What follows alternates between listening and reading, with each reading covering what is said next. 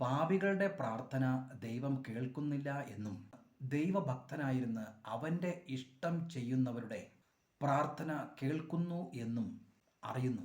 പാപികളുടെ പ്രാർത്ഥന ദൈവം കേൾക്കുന്നില്ല. ഇത് കേൾക്കുമ്പോൾ ഒരു ഞെട്ടലുണ്ടാകും. പാപി അല്ലാത്തത് ആരാണുള്ളത്? എല്ലാവരും പാപികളാണല്ലോ. അപ്പോൾ പാപികളുടെ പ്രാർത്ഥന ദൈവം കേൾക്കുന്നില്ല എന്ന് പറയുമ്പോൾ അപ്പോൾ പിന്നെ പ്രാർത്ഥനയ്ക്ക് അർത്ഥമില്ലാതെ വരുന്നു. എല്ലാവരും പാപികളായിരിക്കുന്ന സ്ഥിതിയുണ്ട്.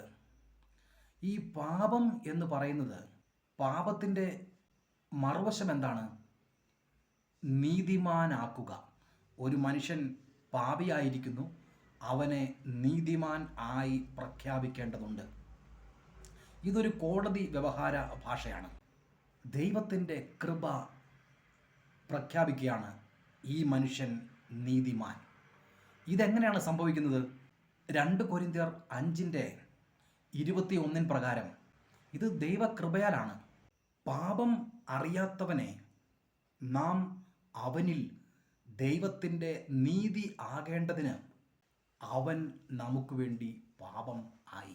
ദൈവത്തിൻ്റെ പദ്ധതിയാണ് നമ്മുടെ പാപത്തിൻ്റെ ആ കോടതി വ്യവഹാരത്തിൽ നിന്നും നമ്മളെ വീണ്ടെടുക്കുന്നതിന് വേണ്ടി തൻ്റെ മകനെ പാപി ആക്കി മാറ്റിയിരിക്കുകയാണ്.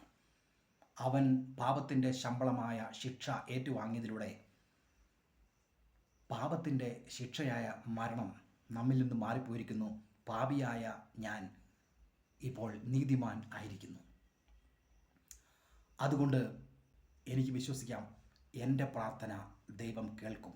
യോഹന്നാൻ 15:7 പറയുന്നു, നീ എന്തു പ്രാർത്ഥിച്ചാലും, വാട്ട് എവർ ഇറ്റ് ഈസ്, എന്തു പ്രാർത്ഥിച്ചാലും ദൈവം നിനക്ക് അത് തരും. എന്താണ് ഈ പ്രാർത്ഥനയിൽ നമുക്കുള്ള വിശ്വാസം?